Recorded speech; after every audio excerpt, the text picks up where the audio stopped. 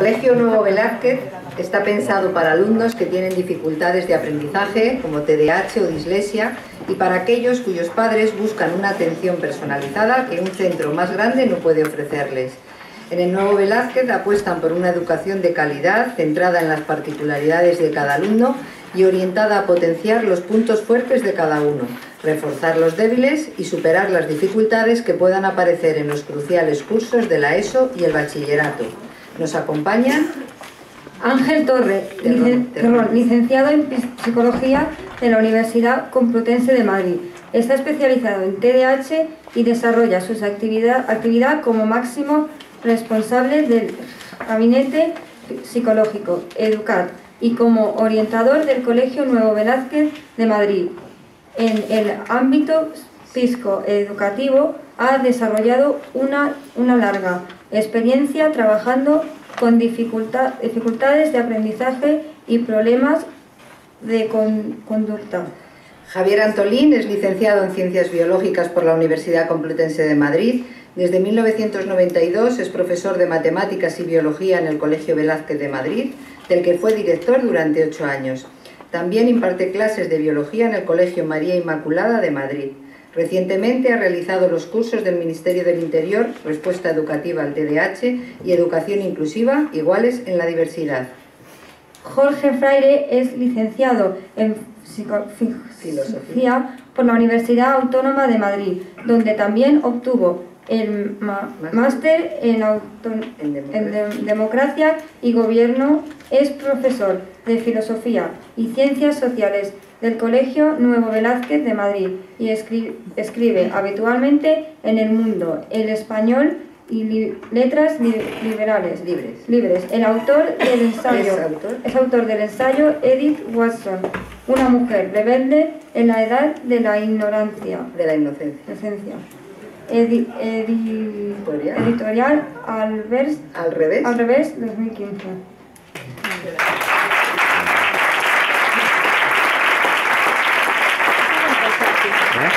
Voy a poner ahí, yo creo.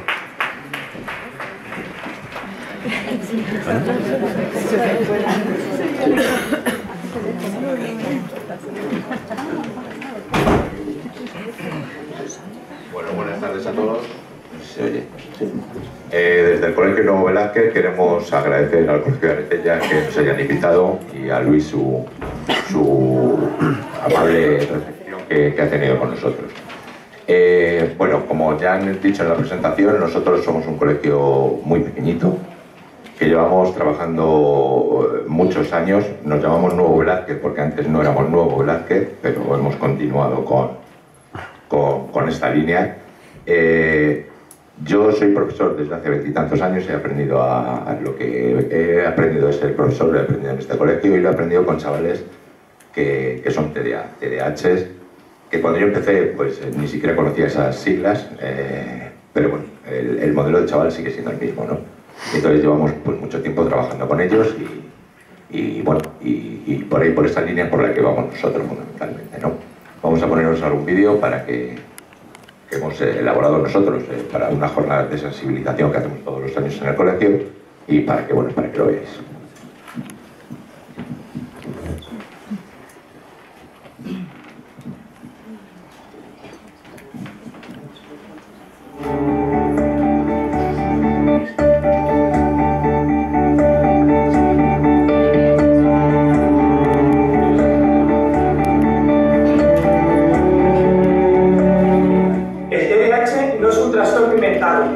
Existen muchos estudios que confirman su existencia.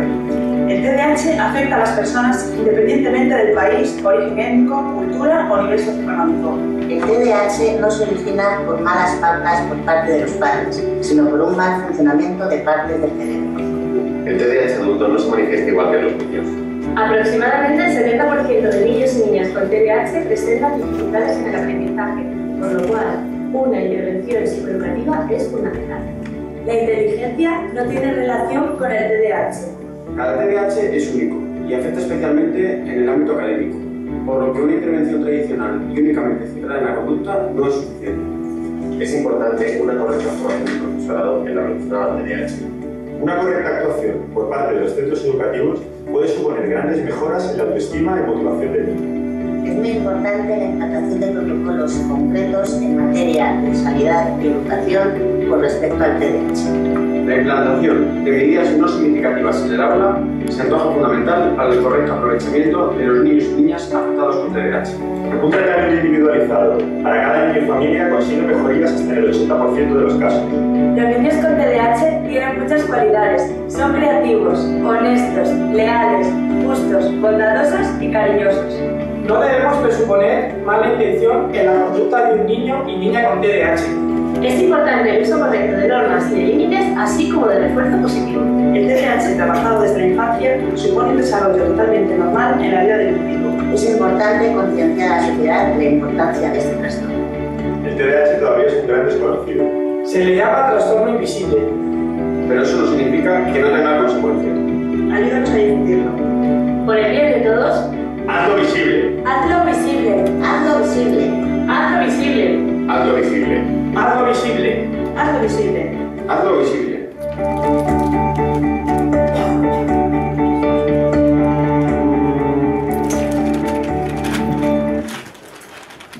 Bueno, buenas tardes a todos. Acabamos de ver la realidad del TDAH. Bueno, mejor dicho no. Acabamos de ver la que debería ser la realidad del TDAH en nuestro país. Yo llevo aproximadamente 5 años trabajando única y exclusivamente con casos con TDAH. También en constante colaboración con la Federación Madrileña, con su presidenta, que realmente, bueno, también no la debo un reconocimiento porque ha sido mi mentora en muchas particularidades de este trastorno. Pero si algo he aprendido durante estos años es que las consecuencias que en España supone el TDAH son mucho más graves que las que el propio trastorno implica. Este mensaje es un poquito lapidario y voy a intentar centrarme en todas ellas a través de una perspectiva multidisciplinar que siempre defiendo. Lo que nos estamos encontrando es que en el centro educativo es donde se origina la mayor parte de los problemas, pero no siempre así las soluciones. Este sistema educativo en general está configurado de una manera en la que los chavales con TDAH llegan a las clases. El sistema utilizado es la famosa lección magistral, que si ya es un sistema, bajo mi punto de vista, poco válido para un niño que no tiene TDAH, porque lo que hace es que conecta y desconecta de las clases, al final el aprovechamiento es un 30%, si además nos centramos en que, en que hay un niño con dificultades atencionales, ocurre que el aprovechamiento de las clases es prácticamente nulo. ¿Por qué? Porque cuando ellos desconectan tienen prácticamente imposible volver a conectar, ¿no?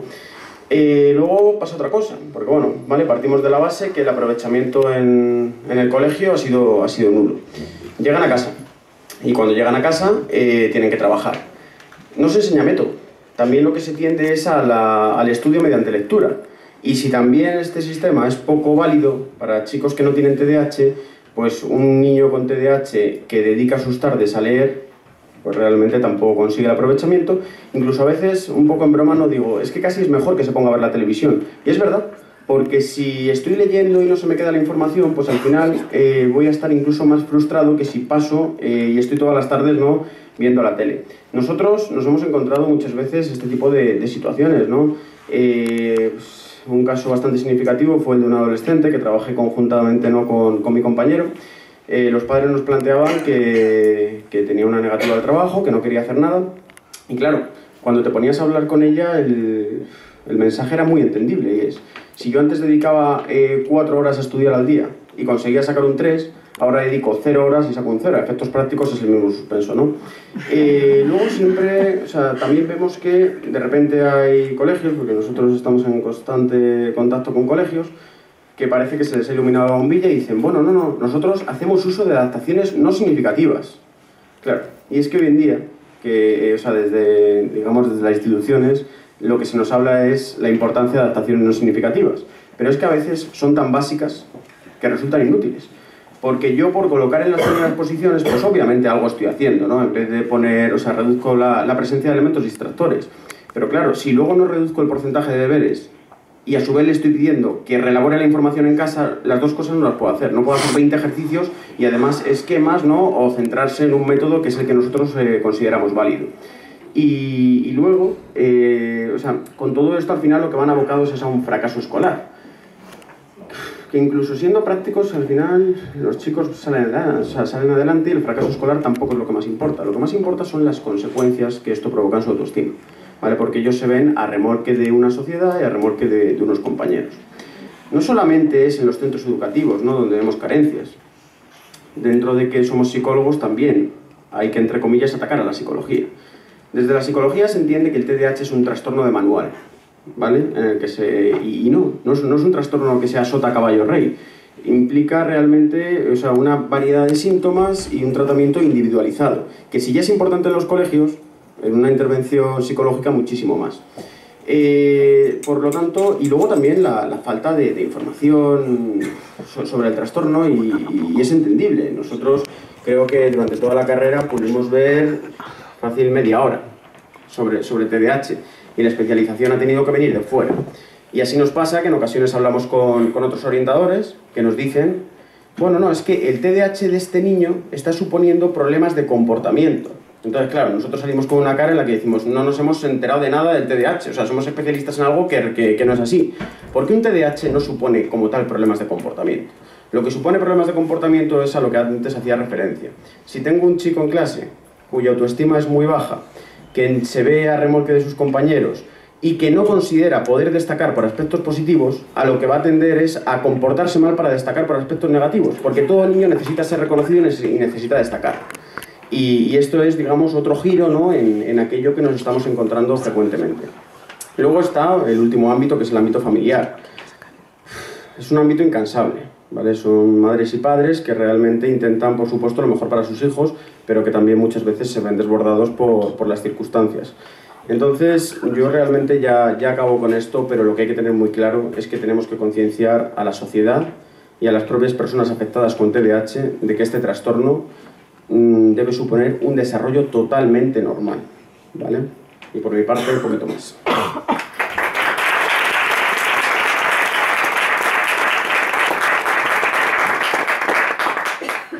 Bueno, yo me gustaría contaros un poco desde mi experiencia como profesor. O sea, yo no soy un gran especialista en nada de esto. Yo lo único que llevo son 20 y tantos años trabajando con chavales con dificultades. TDAH fundamentalmente, pero más cosas, dislesias, bueno, un montón de cosas, ¿no? Chavales que necesitan atención, que necesitan un poquito de... Y no solamente he trabajado en el colegio Nuevo Velaz, que tenemos unas condiciones, pues bueno, alumnos, pocos alumnos por clase, que te puedes sentar con ellos, que puedes hacer un montón de cosas. Yo, mi mayor carga lectiva ahora mismo está en un colegio concertado con 30 alumnos por clase y en los que hay TDAH, ¿vale? Y los hay, porque los hay. Pasan desapercibidos, porque la mayor parte de las veces pasan desapercibidos en un grupo tan grande, pero bueno. Entonces, yo cuando escuché esto de inclusión y tal, dije, bueno, ¿qué puedo hacer? Claro, hemos oído hablar de muchas experiencias y muy bien, pero bueno, ¿y qué pasa en el resto de los colegios? Que son la mayoría. O sea, en la mayoría de los colegios no hay nada de esto, ¿no? Y yo lo tengo comprobado, ¿no? Al final he llegado un poco a la conclusión de que somos nosotros los que estamos con los chicos los que tenemos que empezar a hacer cosas, ¿no? Tenemos que empezar y tenemos que trabajar con ellos. Y me gustaría contaros algo que me llamó la atención. El año pasado hice un curso del Ministerio de Educación sobre TDAH. Inicialmente la primera actividad en este tipo de cursos es un poco, bueno, pues se abre un foro y cada uno de los profes que estamos allí, pues planteamos un poco lo que nosotros entendemos por TDAH y demás. Y la siguiente actividad fue pues una serie de vídeos, artículos, etcétera, que hablan del TDAH, diferentes aspectos, diferentes perspectivas. Y una de ellas era, bueno, pues un psicólogo norteamericano que decía que el TDAH era algo completamente inventado. O sea, que no existía, que eran las farmacéuticas para vender pastillas, para tal, cual. Vale, bien. La siguiente actividad era que volvíamos otra vez a comentar en el foro qué era lo que nosotros habíamos entendido, ¿no? Y mi sorpresa fue que gran parte de mis compañeros se dedicaron a dar la razón a este señor que decía que todo esto era inventado. Y estaban haciendo un curso de sensibilización del TDAH. Si ya por ahí empezamos así, vamos mal, pero muy mal, ¿vale? Incluso yo luego pensaba, vale, vamos a suponer que esto fuera inventado. Estos chavales necesitan ayuda. llámale TDAH o llámale como quieras, necesitan ayuda. Si no estamos nosotros, como profesores, como los que estamos ahí en disposición de ayudarles, pues entonces apaga y vámonos. Porque nosotros somos... Luego podemos tener herramientas, 1000 herramientas, y hemos oído hablar de un montón de ellas, pero al final tú eres el que estás ahí con un chaval y tienes que sentarte con él. Tienes que estar con él, tienes que hablar con él, tienes que interaccionar con él, ¿vale? Y bueno, pues yo, bajo mi punto de vista, somos los que necesitamos formarnos, y a partir de ahí empezaremos a incluir. Incluir porque hay que conocer. Si no conoces, no incluyes. Eso es por narices. Y bueno, este tipo de chavales... se puede trabajar. Yo os voy a dar mi última conclusión desde mi experiencia, ¿no? Yo he constatado que preparar una clase, dar una clase, trabajar con una clase, pensando que hay chavales con TDAH y pensando en ello, preparar, programar, hacer tal, no me cuesta mucho más que una clase normal. Y sin embargo es algo que es bueno para ellos y es bueno para todos, para toda la clase. O sea, todos los alumnos salen beneficiados si tú piensas que tienes un chaval TDAH que necesita algo más. Sin embargo, lo contrario no es cierto, ¿vale? Una clase piensa solo para lo que es la clase, un TDAH le dejas ahí y desaparece. Y esta es mi experiencia, simplemente quería contaros esto.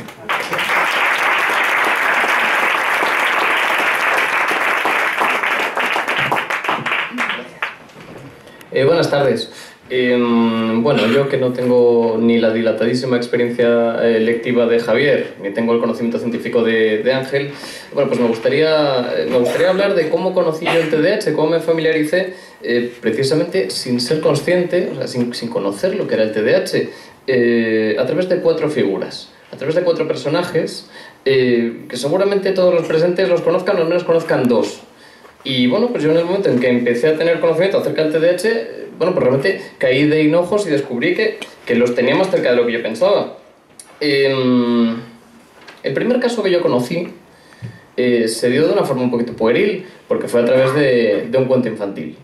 Hay un cuento que se llama, alguno de aquí lo conocerá seguramente lo leyó de niño, se lo ha leído a sus hijos, que se llama Pedro el Melenas. No sé si le suena a alguno de los presentes. Bueno, el Pedro el Melenas es un cuento escrito por Heinrich Hoffmann en 1845. Bueno, realmente es una colección de 10 cuentos y hay un cuento homónimo, Pedro el Melenas, que escribió este narrador, que además era psiquiatra y que tenía una larga experiencia tratando especialmente a niños.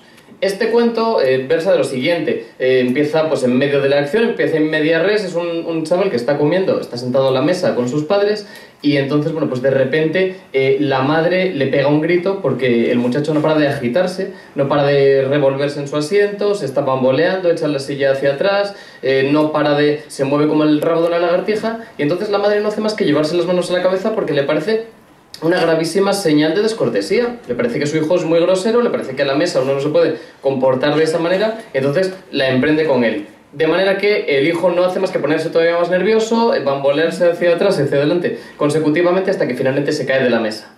Con la mala pata de que se engancha con el mantel, de manera que cuando se cae de la mesa pues le cae encima el mantel, le caen todas las perolas con la sopa, le caen todos los cubiertos, le caen los platos y queda literalmente sepultado bajo toda la mesa.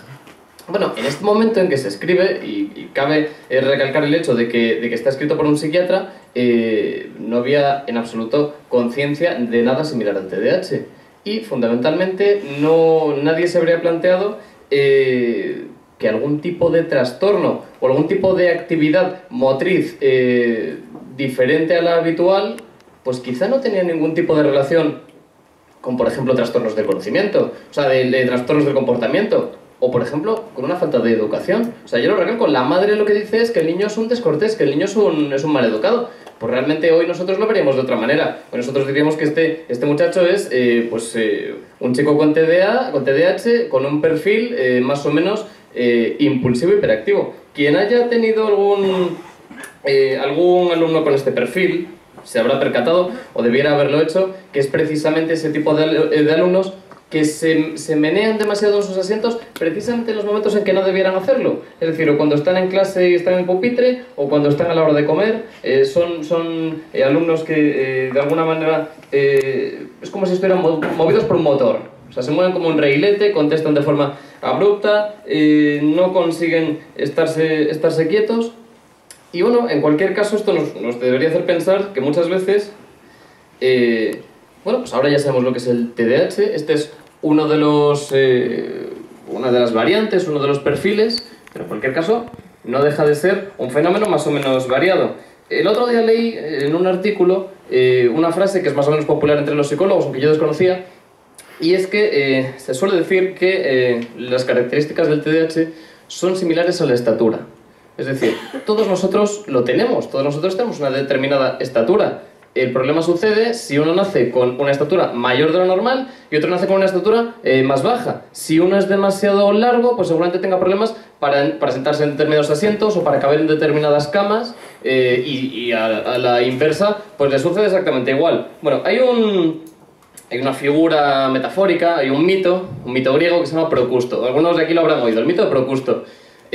Según la leyenda, según el mito, Procusto era el dueño de, en fin, pues, digamos, de una fonda que se situaba en un camino muy transitado, y entonces Procusto lo que ofrecía a las personas que entrasen en ella era una camita de unas proporciones determinadas. Con lo cual, bueno, en muchas ocasiones sucedía que uno de los huéspedes pues era demasiado largo y le sobraba, en fin, y le faltaba cama, ¿no? En ese caso lo que hacía Procusto era cortarle las piernas. Cortarle las piernas, cortarle los pies, bueno, pues según el número según lo que le sobrase, ¿no? Y en el caso inverso, en el caso de que su huésped fuera una persona más cortita, lo que hacía era, pues con un sistema de poleas y un sistema de cuerdas, estirarlo. Bueno, esto realmente no dista demasiado de precisamente lo que estamos criticando. Es decir, se hace urgente tener en cuenta que cada caso es único. En fin, esto lo hemos incidido hoy hasta el extremo, ¿no? La educación personalizada, cada caso es un mundo y demás, ¿no? Bueno, el segundo caso que yo me encontré, también sin saberlo, el segundo caso que descubrí, pues un poquito al tuntún, sin ser consciente de este fenómeno, fue a principios del año pasado. Estuve documentándome para escribir un libro sobre escritores del siglo XX, escritores anglosajones del siglo XX. Entonces descubrí que el más eximio de todos ellos, el más importante, que es Henry James, descubrí, leyendo una biografía suya, que cuando era pequeño todo el mundo coincidía en que era el chaval, bueno, digamos que era el tonto de la casa. O sea, era un chaval muy lento, parecía que no procesase la información y cuando la procesaba rápidamente la olvidaba. Con lo cual, si ya era un problema que comprendiese las cosas, cuando finalmente las comprendía, al rato las olvidaba. Era un chaval que, según todos los presentes, siempre estaba en las nubes, siempre estaba distraído y con el andar del tiempo pues se convirtió precisamente en el mejor escritor de su generación. Pero hasta entonces es cierto que se le consideraba una especie de personaje embobado. Su hermano, que estaba destinado a convertirse en un importante psicólogo, acuñó un concepto que luego se hizo muy famoso en la literatura, que era el concepto del torrente de conciencia. Esto, quien haya leído el Ulises o libros de esos en el que suceden muchas cosas simultáneas se habrá dado cuenta. Fue una tentativa, de alguna manera, de este hermano psicólogo de ponerse en la cabeza de su hermano, que parecía tan lento, y decía, ¿pero qué le está pasando a este muchacho? O sea, hablo con él y parece que esté pensando en una cosa y piensa en otra y piensa en otra, y efectivamente, de aquí los docentes que hayan tratado con un chaval con TDA, con esta vertiente más o menos inatenta, habrán comprendido que efectivamente manejan muchas ideas, pero las manejan simultáneamente. No consiguen darles orden. Otra figura que descubrí, que me interesa menos, pero que es algo que conocemos todos. La figura de Albert Einstein. Todos sus coetáneos coinciden en el hecho de que era un señor que iba por la calle y se iba tropezando. Iba mirando las nubes, iba teniendo sus conocidos, en fin, ráfagas de iluminación en el que le venían ideas gloriosas, pero una persona que se tropezaba con lo que tenía en el suelo. Realmente lo que nos ha llegado por biografías y tal de su figura es muy similar a la del niño que va caminando en una sala llena de juguetes, se tropieza con ellos, pero no varía su recorrido. De alguna manera es incapaz de modificar su dirección en función de lo que se va encontrando.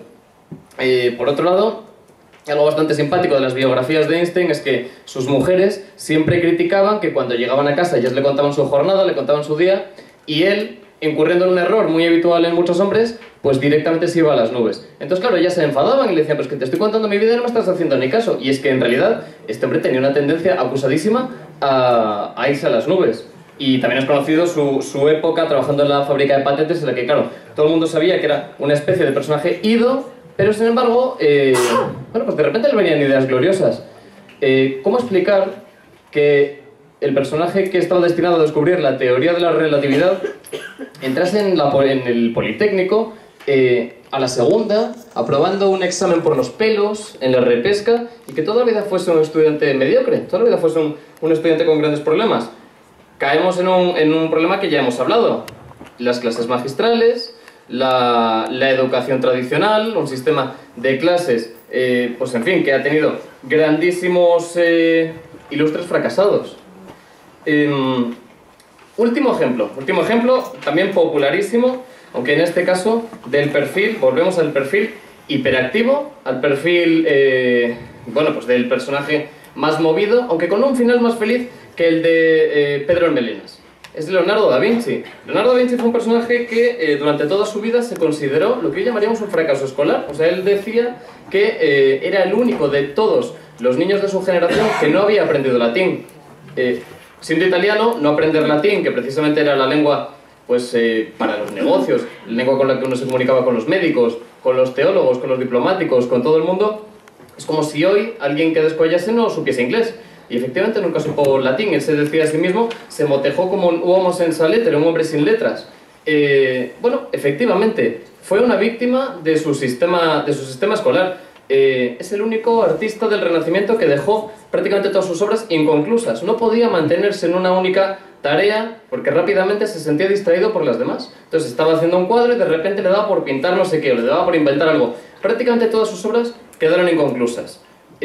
Bueno, es algo que nos debe hacer pensar. Llegó lejos, con lo cual hay salida. Y en el momento en el que encontró el reconocimiento, precisamente por el único maestro que le dio ese aldabonazo que le permitió de alguna manera no tirar la toalla cuando eso parecía inminente, en el momento en que descubrió que tenía un camino, algo que no había encontrado hasta bien entrada la veintena, se hizo labrar una especie de inscripción en un óvalo en el que aparecía un arado y se leía la siguiente máxima: ningún obstáculo me dobla.